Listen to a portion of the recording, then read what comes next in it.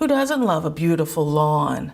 That turf grass, however, can have a devastating environmental impact. Every year across the country, lawns consume nearly 3 trillion gallons of water, 200 million gallons of gas for all that mowing, and 70 million pounds of pesticides. For nature, lawns offer little. Their maintenance produces more greenhouse gases than they absorb, and they are biodiversity deserts that have contributed to vanishing insect populations. Residential lawns cover 2% of land in the United States and require more irrigation than any agricultural crop grown in the country.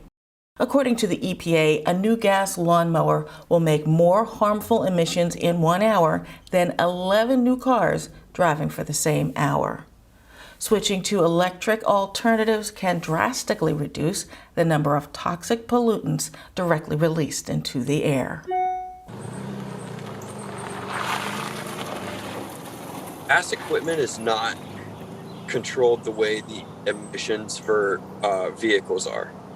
They're not governed.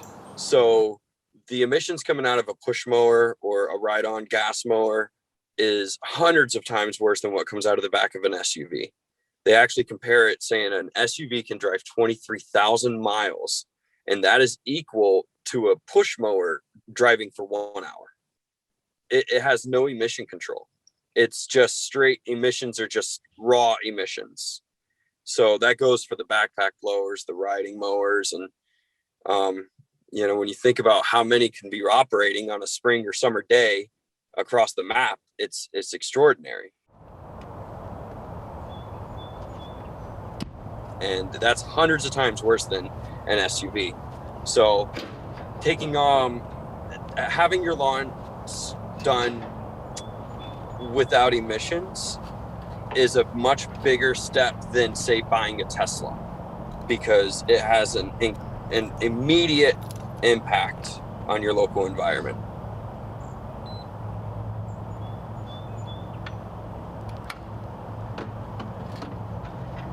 So I've been using some of the small equipment for nearly a decade, electric weed whacker and blower. The technology is getting better now, so I've been able to upgrade to the point now I've got a ride-on electric mower, and it does just as good, if not better, than the gas option. It is definitely better. It's gas-free. I don't have to put oil in it. I don't have to put gas in it. I'm not having to replace rubber belts all the time, which are also petroleum based. And it's just as good of a cut, just as fast, just as, if anything,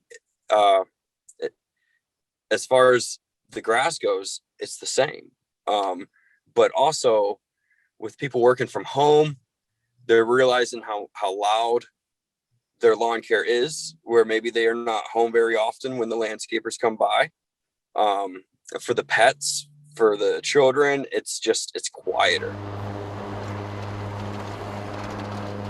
So I charge it up at night, and it charges basically in 6 hours, and then gives me about 6 hours of drive time, which is enough for the day. So this carries a couple big batteries, 1 or 2. And I can show you where I charge everything right here.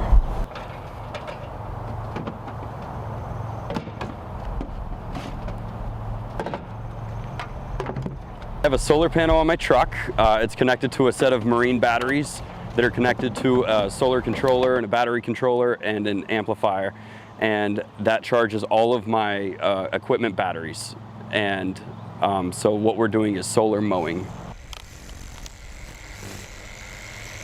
A lot of people that come to me, they have a reason that they're coming to me, whether they run a dog business or like somebody I just picked up a client today. They rehab wildlife.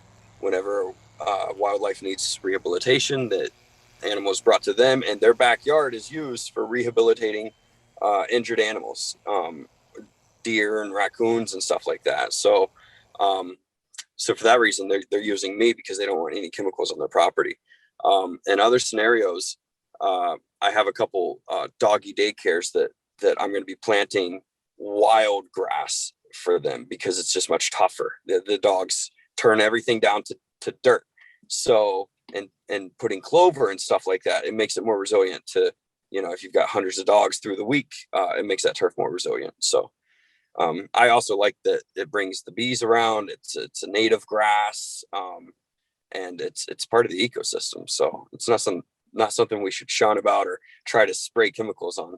I hope to come across areas that are being unused for people that I can do wildflowers in, because I've done that on my own property before. So putting wildflowers in an area that's just kind of not used, or an area that maybe it's high traffic, but you can control traffic by, like you said, setting up a walkway, and then on the outside of that walkway, putting wildflowers and native plants for sure. Evidence continues to mount that lawn pesticides are harmful to people and pets. Over application of any lawn chemical can result in runoff that carries toxic levels of chemicals or excessive nutrients into lakes, streams, and groundwater. Chemicals are detrimental with not just our children and our pets, but also for our environment, for our town, our local community. And it's really an unnecessary damage. The organic fertilizers and organic approaches to pest control they match in quality and surpass it in longevity for the lawn and for the environment. I think a lot of people are trained to follow the big companies that are strongly just for profit.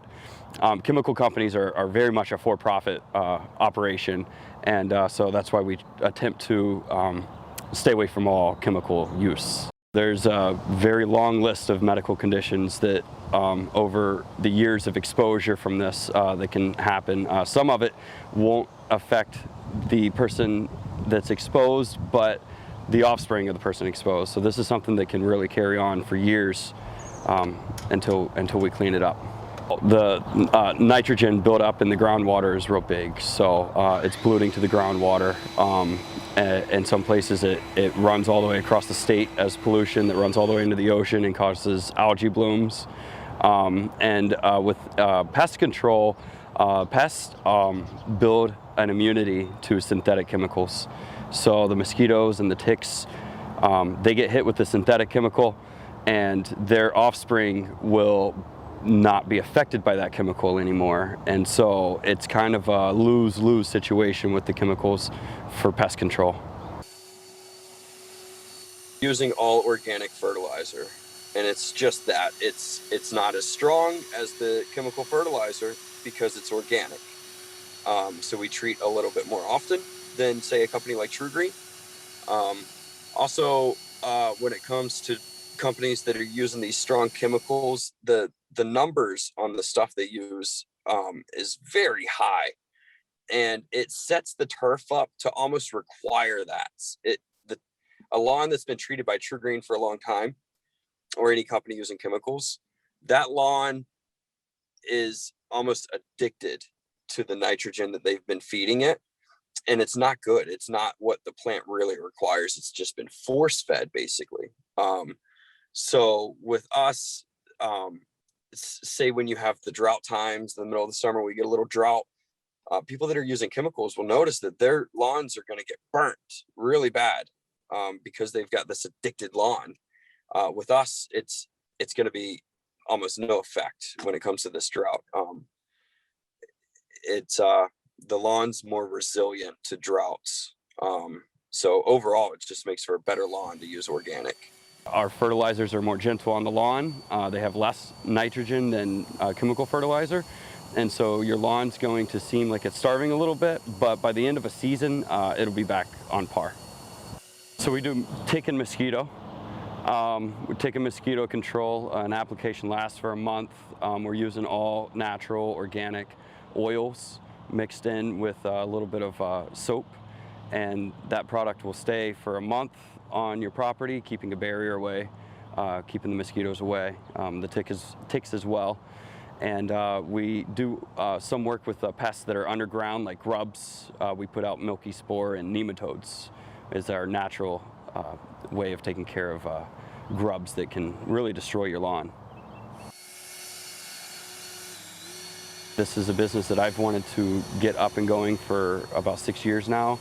And so I was one of the early ones to really know that this was a possibility to handle lawn care, all electric and all natural.